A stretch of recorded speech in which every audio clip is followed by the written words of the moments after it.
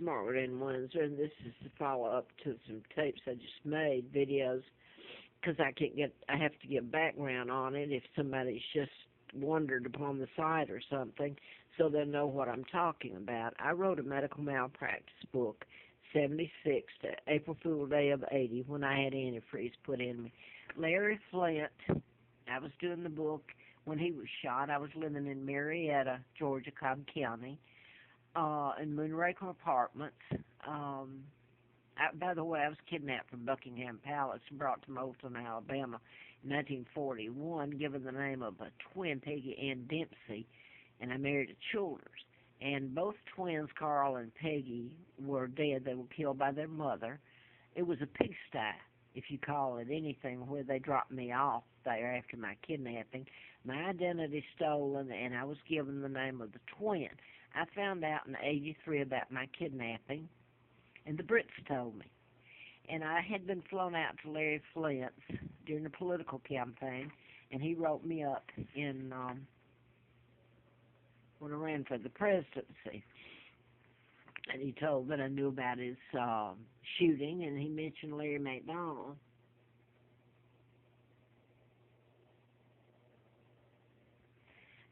Helped in his shooting. So I'll leave that at, you can go back and look that up if you care to. But this is the article that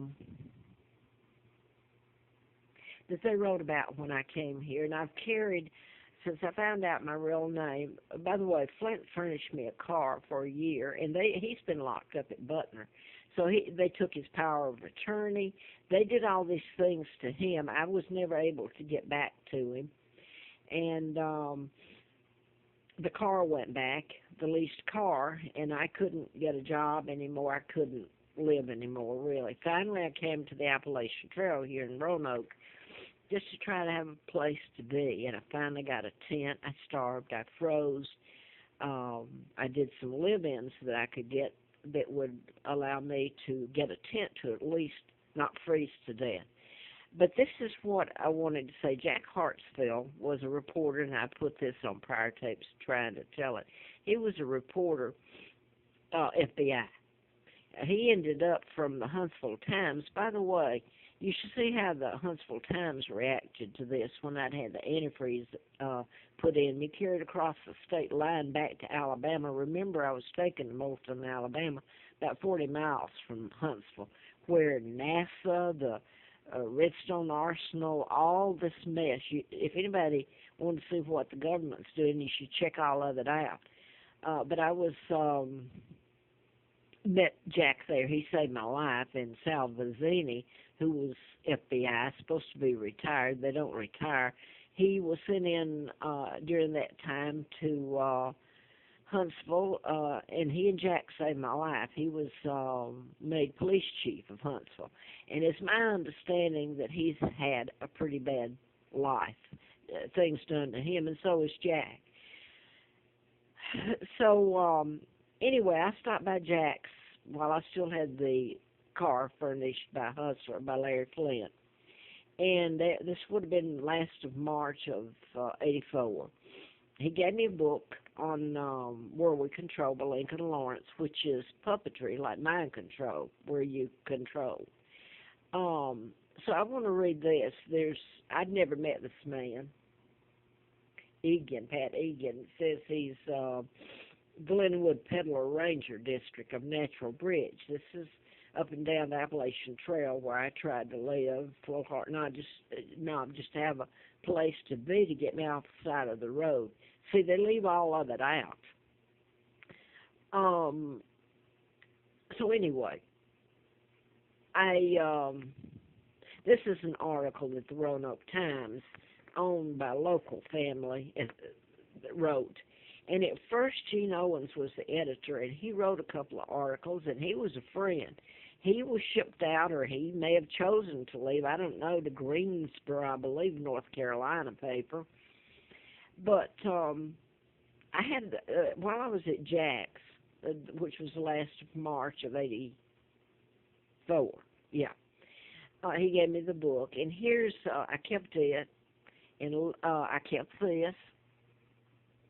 because he had, Mr. Flint had been in the Federal building where they were doing this stuff to me, because the forestry is federal, and Bob Goodlatte, who's over your intelligence committee now, that was just reelected, I've been in his office, and State Senator John Edwards, all of their offices. So they totally know about me and were aware when I came here. Goodlatte was elected, I believe, right after I came here. And the prior U.S. representative, last name was James, I believe. He was a nice man. He developed cancer. So if you care to go back and look at what I've written, you'll get the gist there. He was coming out of the Pop building. This is James before he died of cancer. I believe that's his name.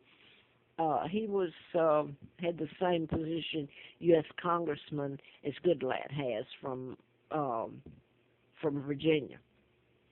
He was coming out of the Pop Federal building, and he had a Roanoke Times rolled up in his hand.